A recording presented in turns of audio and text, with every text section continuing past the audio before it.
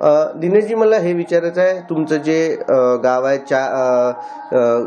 तिथे ग्रामपंचायत आहे, या ग्रामपंचायतमध्ये आतापर्यंतचा तुमचं जे मसाळा गाव आहे, मिनीवाडा गाव आहे, याचा आतापर्यंतचा काय काय विकास तिथे झालेला आहे? कोणत्या मुख्य समस्या होत्या ज्या तुम्ही पाहिल्या, ज्या पूर्ण झाल्या, आणि भविष्यामध्ये विकासाला घेऊन काय प्लॅन राहील तुमचा? भविष्यामध्ये आपल्या इथं पुलाचं काम खूप हे होतं साहेब, पहिले रखडलेलं होतं. पुलावून पुले शाळेचे म्हणून जात, काही नव्हतं जात. आता हे पुलाचे काम आमचे पूर्ण होऊन जाणार 15 दिवसानंतर. रोडचंही काम चालू आहे. आता जो मसाळा जो म्हणजे आजकाल तुम्ही आता आले आहे, तिचं रोडचंही काम पूर्ण होऊन जाणार. आता ते काम चालू आहे.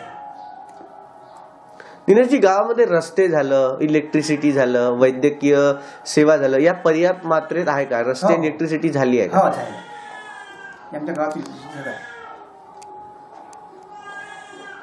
वैद्यकीय सेवा पर्याप्त आहे का गावात? आहे नाही, पण ते गावात आमच्या मसाळ्याला आहे केंद्र. ते आमच्या गावाने नर्स गीज घेऊन येते रोज.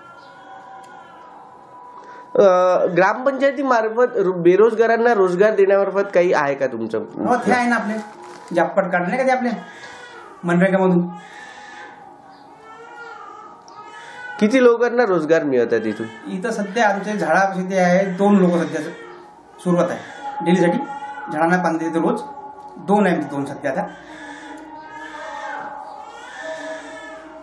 भाऊ, आपण हे पाहिलंय की गावामध्ये छोटे छोटे उद्योगधंदे यायला पाहत नाही, याचे काय कारण वाटते तुम्हाला? आता हे गाव आमची छोटंसं गाव पडते. आता इथं यायला पाहिजे उद्योगधंदे, कोणते यायला पाहिजे, पण तिथून काही उद्योगधंदे काही ते येऊन नाही. किती फायदा होऊ शकते जर उद्योगधंदे आले गावात? तर भरपूर फायदा आमचा. बेरोजगारांना रोजगार मिळेल.